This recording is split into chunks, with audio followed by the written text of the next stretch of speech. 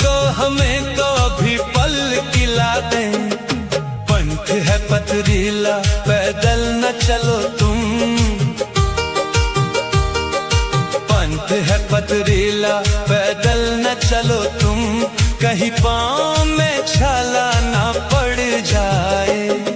धूप में निकला ना करो रूप की रानी, गोरा रंग काला ना पड़ जाए।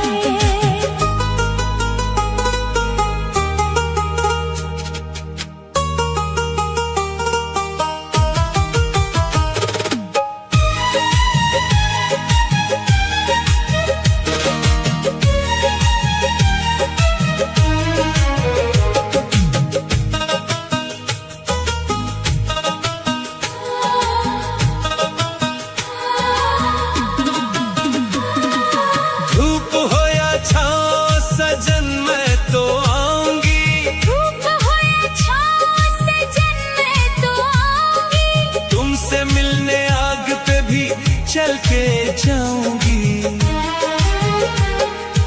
एक पल भी तन्हा तुम्हें छोड़ो तो कैसे, हाँ एक पल भी तन्हा तुम्हें छोड़ो तो कैसे, किसी सौतन से पाला ना पड़ जाए।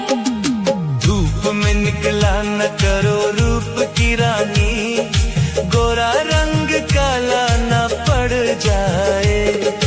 मस्त मस्त आँखों से छलकाओ ना मदिरा,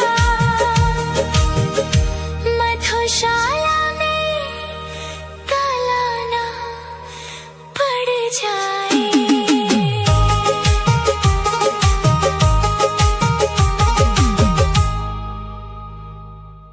की रानी गोरा रंग काला न पड़ जाए। मस्त मस्त आँखों से छलकाओ ना मदिरा, मधुशाला में काला ना पड़ जाए।